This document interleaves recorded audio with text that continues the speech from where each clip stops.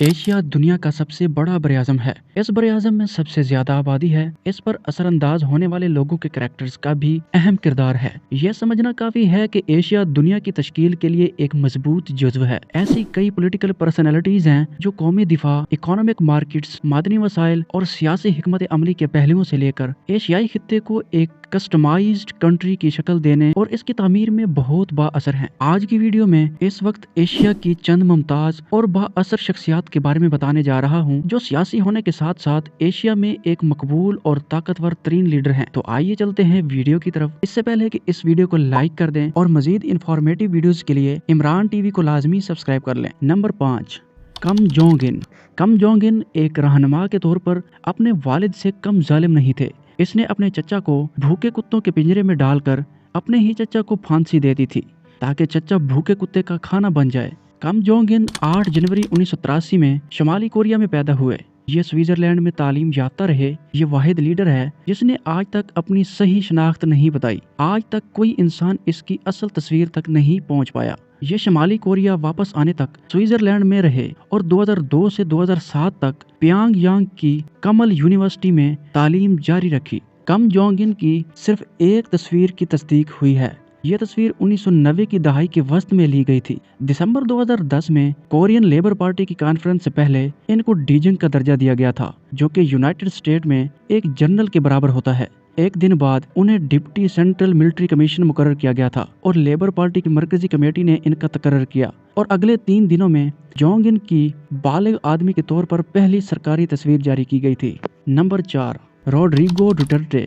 Duterte 28 March 1945 को Philippine में पैदा हुए, जिन्होंने गवर्नर के तौर पर खिदमात अंजाम दी। डेवाऊ और सोलिडाद्रो डिगोंग के नाम से मारूफ एक फिलिपाइनी वकील और सियासतदान हैं, जो फिलिपाइन के मौजूदा सदर हैं। ज्यादातर फिलिपाइनियों की हौसला अफजाई की वजह से उन्होंने ऐलान किया कि वो 21 नवंबर 2015 को फिलिपाइन के सदर के लिए इंतखाब लड़ेंगे। 9 मई 2016 को डुटर्टे सदर मुंतखब हुए। ये फिलिपाइन में सबसे तवील अरसे तक खिदमात अंजाम देने वाले मेयर्स में से एक हैं। ये इससे कबल 1928 से 1998 तक, 2000 से 2010 तक और 2013 से 2016 तक दावाऊ सिटी के मेयर रह चुके हैं। नंबर 3, इमरान खान। इमरान खान एक पाकिस्तानी सियासतदान हैं जो पाकिस्तान की जस्टिस मूवमेंट के मौजूदा सरबराह हैं और इमरान खान 2018 में पाकिस्तान के वजीर आज़म मुंतखब हुए, जो ज्यादा अरसा तक ना चल सके। सियासी इख्तलाफ पर वो 100 दिनों से ज्यादा अरसा तक जेल में हैं। सियासत में आने से पहले खान क्रिकेट और इंसान दोस्त थे। उन्होंने 2 दहाइयों तक बैनुल अक़वामी क्रिकेट में काम किया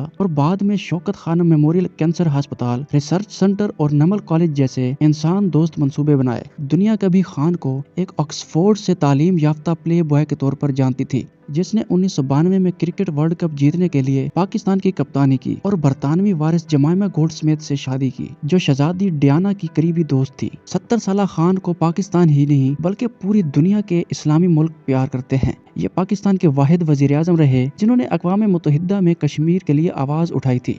नंबर 2, नरेंद्र मोदी। नरेंद्र मोदी भारत के मौजूदा वजीर आज़म हैं।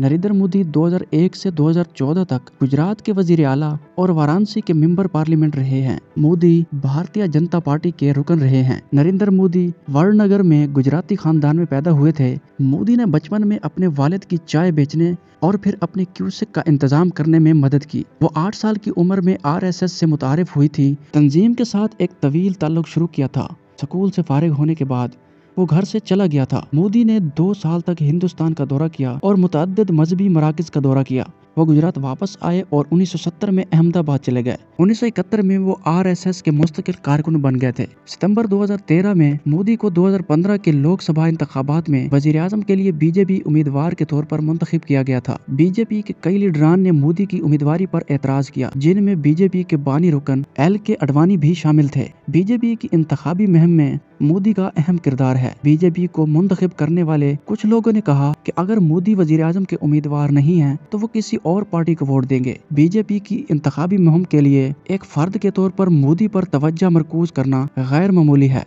इंतखाबात को रेफरेंडम करार दिया गया और उसके बाद नरेंद्र मोदी को वजीर आज़म बना दिया गया था। Number 1, Ayatollah Ali खामनाई। खामनाई 1980 की दहाई में ईरान जंग के दौरान ईरान के रहनुमाओं में से एक थे और पासदारान इनकलाब के साथ قریبی تعلقات استوار کیے تھے۔ خامنہ ای اس کے بعد 1981 سے 1999 تک تیسرے ایرانی صدر کے طور پر خدمات انجام دیتے رہے، جبکہ وہ پہلے سپریم لیڈر روح اللہ خمینی کے قریب رہے۔ خامنہ ای نے خمینی کی موت کے بعد روح اللہ خمینی کی جگہ لی اور 4 جون 1999 کو ماہرین کی اسمبلی نے انہیں نیا سپریم لیڈر مقرر کیا تھا۔ خامنہ ای کا دور اپنے پیشتروں کے دور سے مختلف ہے۔ اس نے خمینی کی پالیسی کو جاری رکھا کہ ایک گروہ کو دوسرے گروہ کے خلاف متوازن رکھنا ہے، اس بات کو یقینی بنانا کہ کسی کو زیادہ طاقت نہ ملے، لیکن چونکہ اس کے پاس خمینی عالم کا کرشمہ اور مقام نہیں تھا، اس لیے اس نے ایک پرائیویٹ نیٹ ورک تیار کر لیا تھا، پہلے مسلح افواج میں اور بعد میں علماء کرام کے درمیان کم اور مشہد کے مختلف بڑے بنیاد اور مدارس کا انتظام کیا تھا۔ یہ 5 وہ شخصیات ہیں جو کہ ایشیا کی مقبول ترین شخصیات ہیں اور ان کا چرچا پوری دنیا میں کیا جاتا ہے۔ تو یہ تھی ہماری آج کی ویڈیو۔ مزید انفارمیٹیو ویڈیوز کے لیے میرے چینل کو لازمی سبسکرائب کر لیں۔ ایک اور زبردست ویڈیو کے ساتھ حاضر ہوتے ہیں، تب تک کے لیے مجھے دیجیے اجازت۔ اللہ حافظ۔